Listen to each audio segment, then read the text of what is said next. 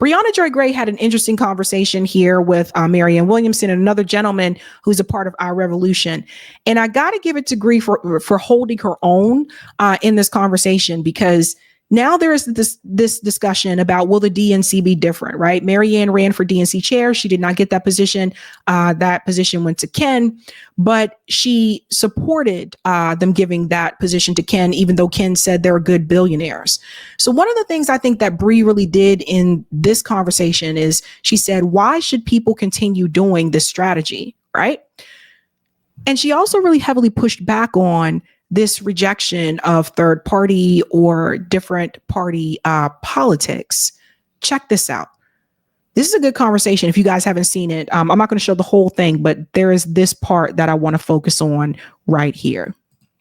You know, the problem I have, Brie, also with the third party issue, not that listen, I'm very aware of how important third parties have been in American history. I understand that we would be much better off with a parliamentarian system, although that's not going to happen. I understand the unholy alliance of the duopoly. I understand all that. And this is not a but, it's just an additional factor.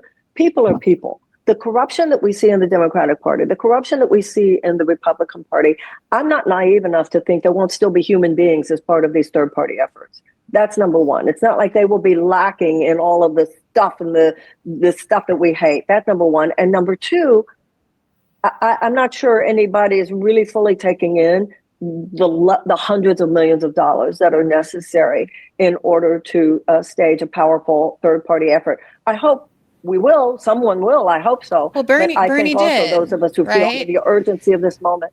Pardon? Bernie. Pause. So Marianne said that she hopes that someone will be willing to take on that effort. People have been willing to. Jill Stein was running. And during a time when I thought more people should coalesce behind a campaign and a movement that not only had the correct policy when it comes to Israel and Gaza and was against the genocide and denounced it vehemently outright, you also had a campaign that had a little bit of a further message than Bernie's platform from 2016, 2020.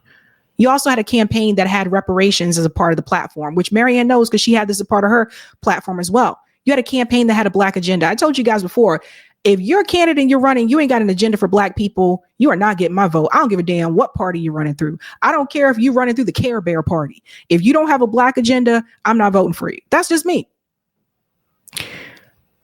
And there was that energy. There was that presence. So when Marianne says that, I wish someone, maybe someone would, someone did. Someone did.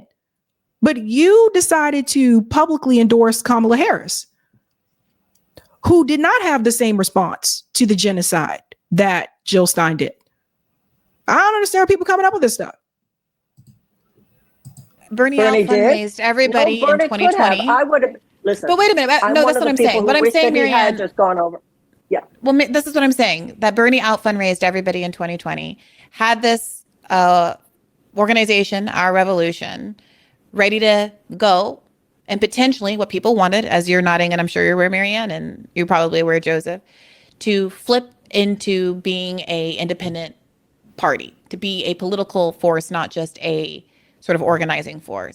Right. And that didn't happen. And many folks are very frustrated that they felt like the potential of the Bernie organizing machine and fundraising machine was ultimately cowed in subservience to a Democratic Party, which has demonstrated its superior willingness to go after the left than to go after the right.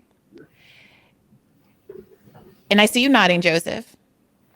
And it's difficult for me to understand how, in the wake of that reality, many of us believed in an inside strategy. I gave my mid-30s. Yeah, we do that. I gave my mid-30s to that strategy and working for Bernie Sanders. That sounds so funny to a woman my age. Yeah, well, those are some crucial years, Yeah. And so now you just tell me a better strategy and how to execute it, and I'm down. We will move. Well, right? I but would that's love the to thing. see. But our leaders, our members have voted on this strategy, and I respect the grassroots. But no, that comment there where he says, if you tell me another strategy, then I am down. No, you're not down. The strategy that you want is a strategy that goes through the Democratic Party. The strategy that you want, he's a part of our revolution. So the strategy that you want has to be a strategy that goes through the Democratic Party. So you can't just say, you tell me a strategy and I'm down. There have been many strategies that have been brought to the table. But if those strategies don't go through the Democratic Party, they're not down with it. For those who are conservative, and you got to let me know this. I don't know. Damn, maybe I need to have a separate show about this. I want to know, how is it that you guys are able to move forward on the issues that you want? We have not been able to do that on the left. And Bree is right. Many of us tried this internal strategy through the Democratic Party. It is 2025. It has almost been 10 years since 2016.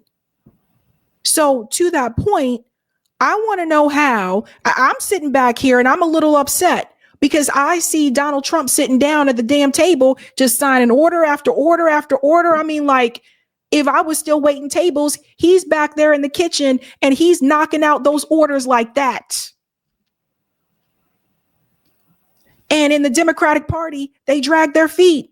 They don't even move towards what we want. So why is it that the Republican Party can move towards what their base wants, but the Democratic Party won't? That's what really frustrates me. And that's why many of us have moved out of that system. Because what I'm a tap dance with you for, bro? If I'm going to the dance with you, hey, you want me to dance with you, but we didn't have dinner first. It's things like this. I just don't get it. And it drives me crazy. But you guys have got to explain that to me, how you're able to do that. So has there been an internal conversation, a robust debate about whether our revolution should pivot to the analysis is like it's too much resource. The gatekeepers, the Republicans, Democrats have set it up such that it's rigged. I mean, people have tried, even working families has tried, right? Mm-hmm. They have a lot of money and they have a different theory. And it's incredibly challenging, right? There's been a lot of talk. I came out of the labor movement, more than 2 decades of organizing workers. We've talked about getting a labor party. Challenging. And I totally think there needs to be a labor party. It's challenging, for sure. And so everyone likes to say, when unions, which, have been wiped out systematically by both Democrats and Republicans, they're the one organization that has the resource to do it, and they think it's incredibly difficult. So it's incredibly difficult. But what's the upside of the current strategy? Are you feeling like the gains and the resources that you're putting toward the Democratic Party are paying off over the last? Well, I'm saying we're fighting oligarchy and a descent into authoritarian capitalism on multiple fronts. All the more reason why that should be a separate party. He just proves my point. If you're fighting oligarchy and capitalism on multiple fronts, then maybe you should not be a part of the party that accepts oligarchy and capitalism. I was thinking about this the other day. Many of you who played sports when you were in school, right? Sometimes maybe you could settle for something, right? Like, let's say you wanted to play baseball, but I don't know, your parents were like, no, you're going to play soccer. You still get to play the sport, right? I get it. And then sometimes people play multiple sports.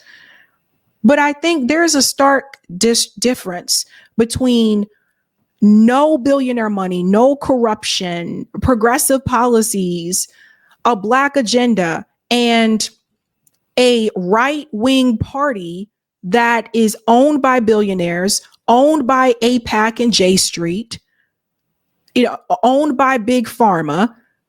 You don't get anything out of that. Hell, if your parents tell you got to play soccer instead of baseball, you still get to be on the field.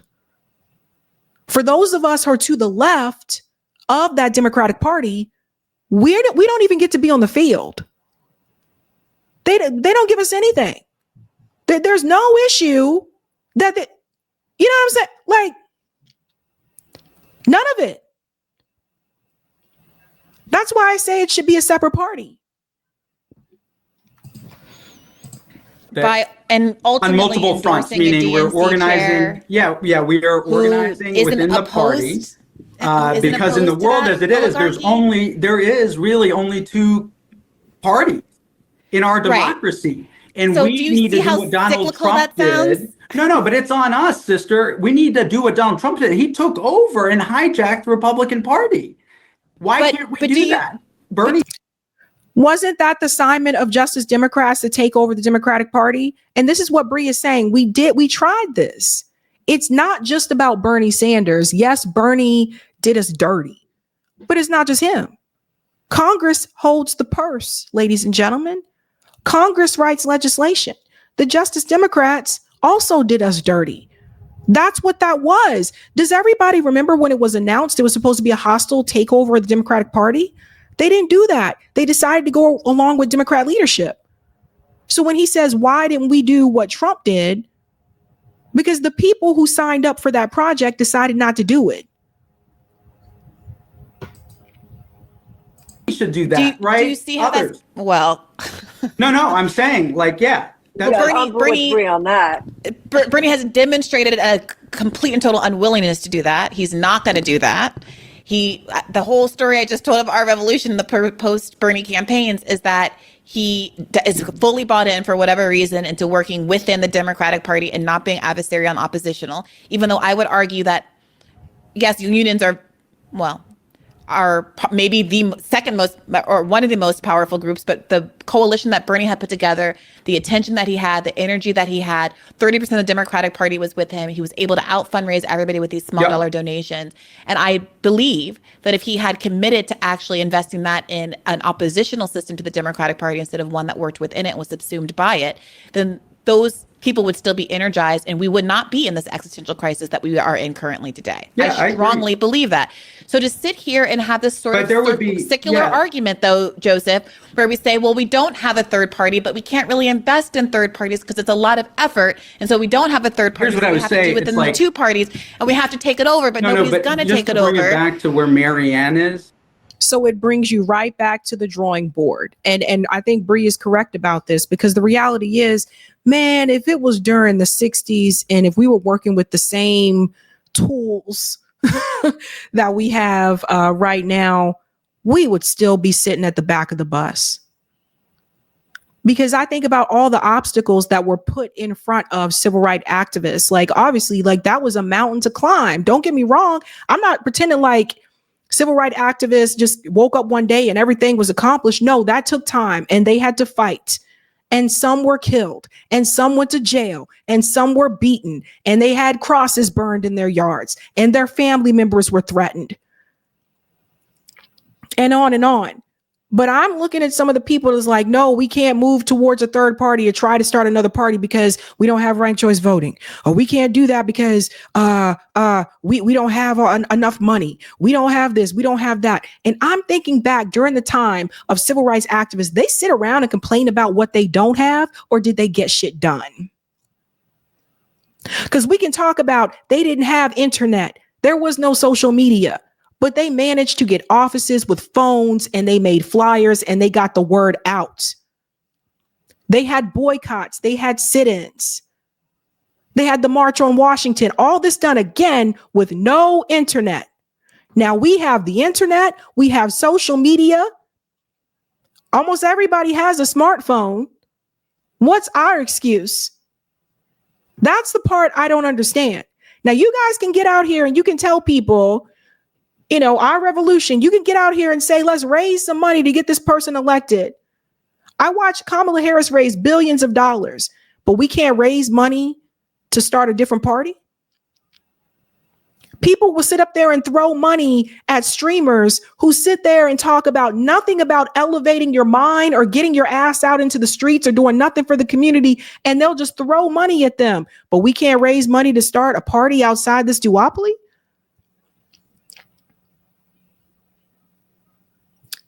We need to start asking about these resources.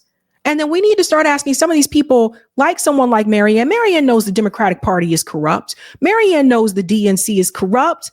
Why are you still trying to work with the party that wouldn't even let you get on the debate stage? Why are you still trying to be a part of a party that told you there was no primary against Joe Biden, that vehemently ignored you? Why are you still trying to be a part of that? And then you got to look at them people with a side eye too. Because I feel like those people are also holding that opportunity back. Why do you guys think a lot of these people who are quitting corporate media are all announcing, I'm going independent. I'm starting a Substack. I'm going independent. I'm starting a YouTube show. And you can find me there. They are trying to find another way to control the source of information because they realize that a lot of us on YouTube media have been telling something different to people. We're filling in the gap that corporate media is not. So now they're like, let me try to find a way to drown those voices out. And as much as I know there are many people who do want progress, I do feel like a lot of the people who have the resources and have the platforms like Marianne, they are working against that progress to keep you in a system that is working against you. And I don't consider that progress. Like, we're in the fight. And I ask that you respect the activists who put in the time and energy to following what we believe in this moment. And yeah, is the Democratic Party great? No, it's corrupt, but we should take it over, and we're fighting to do it. If there's a viable third party option, we're down to support it. No, you got to make the viable third party viable, Joseph. You can't just sit here. Why is there this willing? And you're not down to support it. He's like, if there's a viable third party option, we're down to support it. No, you're not down to support it. The most viable third party option is the Green Party. They're the ones that get the most ballot access. Jill Stein was on the ballot in over 40 something states. Was our revolution down to support that? No. Where were you, Joe? You weren't around. They've never been down and trying to support these third party efforts. They've been down with helping whoever the Democrat nominee becomes. What a mess. To make the Democratic Party viable. I mean, we're trying to do this, right? We are fighting to elect people. We have critiqued Biden. We have critiqued Harris. We are speaking truth to power, but we get marginalized. But we don't give up, right? I mean, having led the fight for 15, we changed the narrative by putting workers in the street. We changed, right? We got unions finally came back into relationship with the White House because we put people in the streets, right? First term, I was sitting in there talking with the White House staff saying, you need to do this for workers. And they were like, no se puede. Every conversation, whether it's White House counsel, the political office, right? The vice president at the time, Obama, right? No se puede, no se puede. And so we had to make them do it. And are we in a perfect universe? No, but we've moved the dial. We created the conditions precedent for Bernie to be a progressive rock star. We created that window. Same thing with Keith Ellison, right? These were the people who walked the— Oh God, not Keith Ellison. Yeah, you made him a rock star and then he walked off the stage. Strike. They were not, nobody knew who they were in 2013.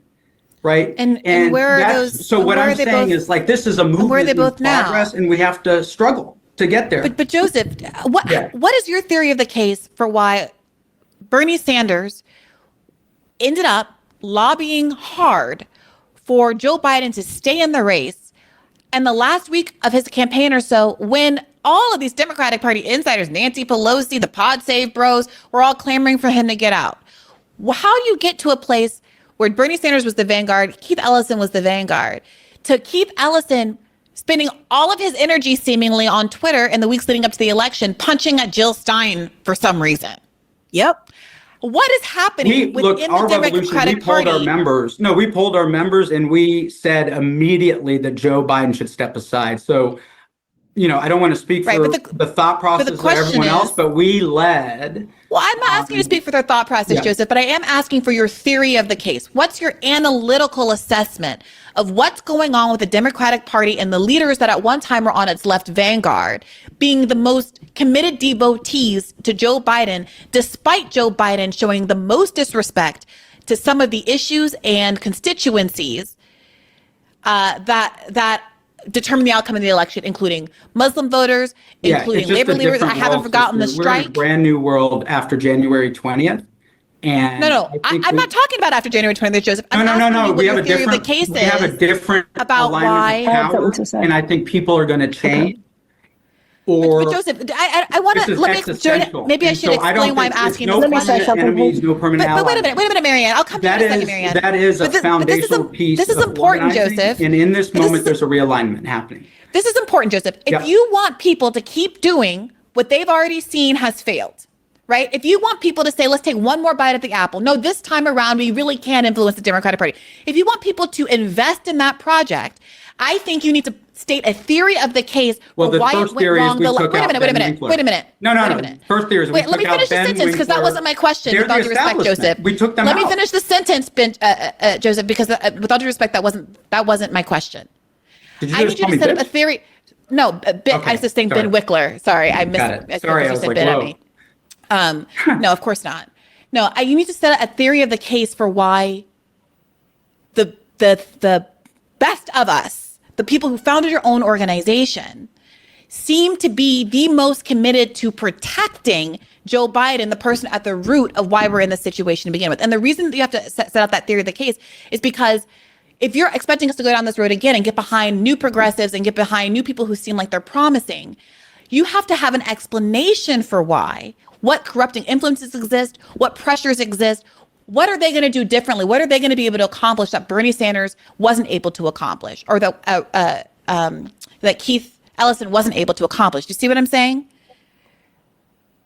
Look, whatever you think about Joe Biden, he did much more, and I had a front row seat under the Obama Biden.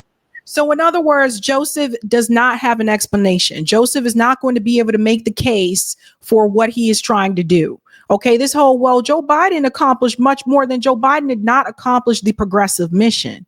So to come up with all this kind of stuff just to save your booty is not going to work.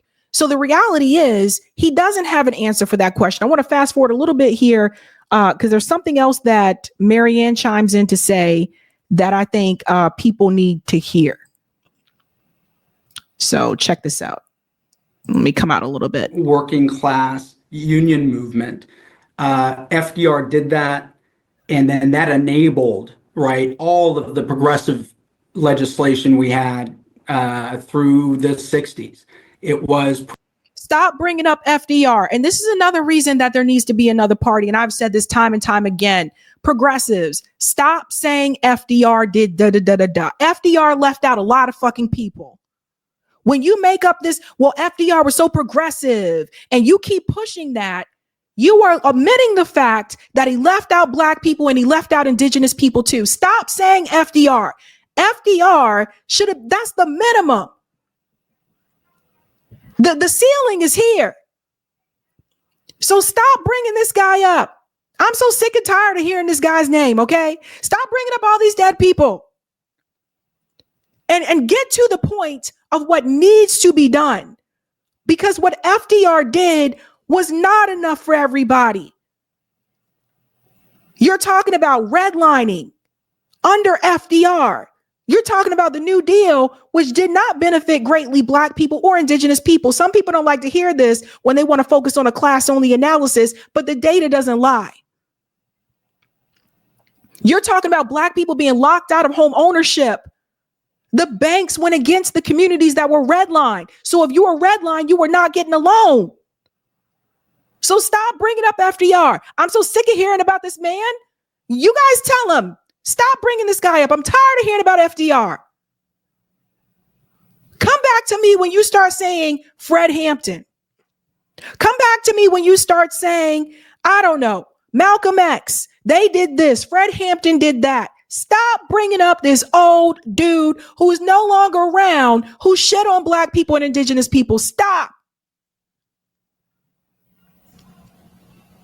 Now, moving forward to the part that Marianne says, because I do want you guys to hear this part about, she says, what will happen if it's not accomplished. The corruption, it has to do with the DNC. It's a racket, or it's been a racket. I am totally open to it being different now. It has been a total racket, hundreds of millions of dollars that are raised, shared by a small group of people in DC and their K Street consultancy firms, giving little pittance. You know, when I was first running, I was shown the document that had to do with the negotiations that the DNC went through with the state parties. And it was considered a win because the state parties were given more money. I looked at the document because before the meeting, I was told, please read the document so that you can report on it. I read the document and I thought maybe there was a typo. So I went to my calculator and then I thought, oh, maybe my calculator's broken. And then I went back to the document and I thought, whoa, these people were celebrating getting $2,500 more a month. They were celebrating a $2 million given over the next couple of years for the Red State Fund. When you're talking about opposition that is funded by billions of dollars by billionaires on the extreme right. So what happened there, Bree, is really quite simple. The people who were in charge of all that money at the DNC were going to keep their contracts and keep their money, whether Trump won or not. And that was what really went on. And I was very clear during my own campaign, these people would rather see Trump win than let someone like me be the nominee. Pure, adulterated corruption. Now, what does that tell you, though? If they would rather see the Republican candidate win, what does that tell you? Now, on the other side has to do with Nancy and so forth. And that just has to do with this unbelievable arrogance, entitlement, sense of everything that our founders did not want. A political ruling class who feel that they are the only ones qualified. It's the left wing, or they're not even leftists, none of us can really say, but the Democratic elite who formed a kind of aristocracy of their own and who had the audacity during these campaigns to say, because Donald Trump is such a threat to democracy, we have the right to basically to suspend democracy in our own house. These people thought they were so smart, and they looked at anyone who wasn't a member of their own club as unqualified. But really, what qualified meant to them was qualified to perpetuate the machine as they run it. Now, they have been thrown back on their heels. They have not been defeated.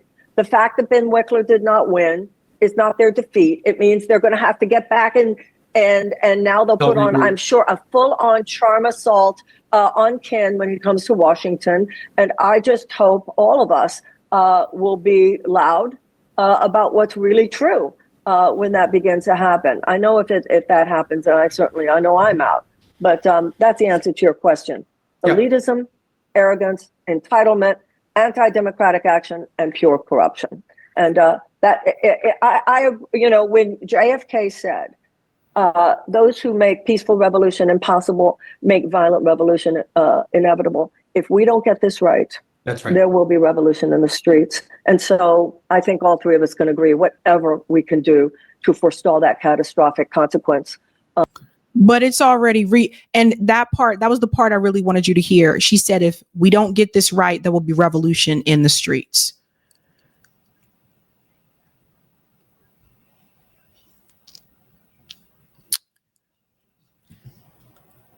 I'm not sure I believe that the Democratic Party doesn't want there to be revolution in the streets. Sometimes people may see chaos as a plus. But the reality is, this is why some people say it's revolution or nothing at all. Now, I don't call for violence on this platform, of course, but this is why some people say that. Because they feel like it's the only thing that's going to make them listen. When you talk about Luigi Mangione, how long we've been talking about the healthcare system? Everyone stopped and paid attention after Luigi Mangione, who is still accused, by the way, has not been found guilty. But everyone stopped and paid attention.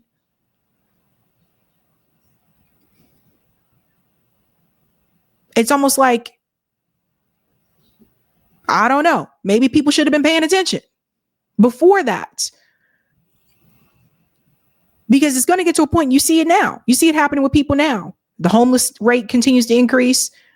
These politicians continue to get richer and richer and richer. not helping the communities that they represent, instead helping their donors, and they enrich their pockets. Now, what I heard from Marianne and Joe is you just got to keep trying, and we're trying to do this and we're trying to do that.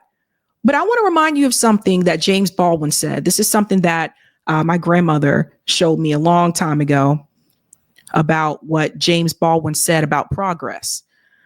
Because listening to them, it'll be 10 years from now and they'll still be saying the same thing. Listen to what James Baldwin said about progress. What is it you wanted me to reconcile myself to? I was born here almost 60 years ago. I'm not going to live another 60 years. You always told me it takes time. It has taken my father's time, my mother's time, my uncle's time, my brother's and my sister's time, my nieces and my nephews' time. How much time do you want for your progress? How much time do they want for the progress? So when we talk about shutting the door, if you have not done so already, you got to shut the door on this mess, man. You really do. If the Democratic Party wanted to do something different, they would have done it by now. The same way that people say Donald Trump went in and changed the Republican Party, Bernie Sanders could have done that same thing, but he wouldn't. And I don't think anyone will. I think these people are just very corrupt. I think they like taking the money that they get. And I don't think they really want any type of change. As much as I despise a lot of Trump's policies, it looks like Donald Trump did want to change some things, and he was able to do that. We don't have that on the other side. We just don't. We don't have. The only way you have that is outside of the duopoly. So they're talking about a democracy. How are you going to talk about having a democracy when Marianne, they wouldn't even let you get on the debate stage? They wouldn't even let you entertain a real primary against Joe Biden. How are you going to talk about democracy? How are you going to talk about democracy when they pretend like third party candidates don't exist? That's not a democracy. So you can criticize the oligarchy, but if you're still willing to go into the lion's den and play footsie with that same oligarchy, are you really trying to champion for some type of real change? I would say no. I think you're taking the typical liberal position, which is let's see if we can get a couple reforms. Reforms don't cure homelessness. Reforms will not fix the education system, K through 12 in this country, which sucks. Reforms will not fix poverty. The entire system is deeply corrupt. And until there is a huge reckoning within that party to vehemently push back against corporate money and refuse to take corporate money, none of that is going to change. So when people say, well, Sabby, why you voted for Bernie? Why don't you give the Democrats still a chance? Because I'm getting older. I'm not getting younger. And all of my life, I have not seen this party really do anything that helps the Black community. I don't really see them doing nothing to help the indigenous community. I don't see them doing the people that they need in order to win. They are not trying to help. They just use us as pawns. And I don't know about you guys, but I'm tired of being used. That's why. So I shut the door. So I was not going to support Kamala. My big wake-up call was Barack Obama. After Obama, I was like, fuck this, man. Because if he wasn't willing to do it, I should have given up then. Bernie came around and I said, well, he's independent, but he's running through the Dems, but he's independent. I was willing to give Bernie a chance, but I should have stopped after Obama. Because they just insert a new player on the board to play different games here and there, but in the end, they're still playing for the oligarchy, the establishment, the billionaire class. That's who they're still playing for. They're not playing for you. And the sooner you understand that they're not playing for you, the sooner it'll be easier for you to understand why shit don't get done. Hey guys, this was a Sabby clip. If you like what you saw, hit that like button and subscribe.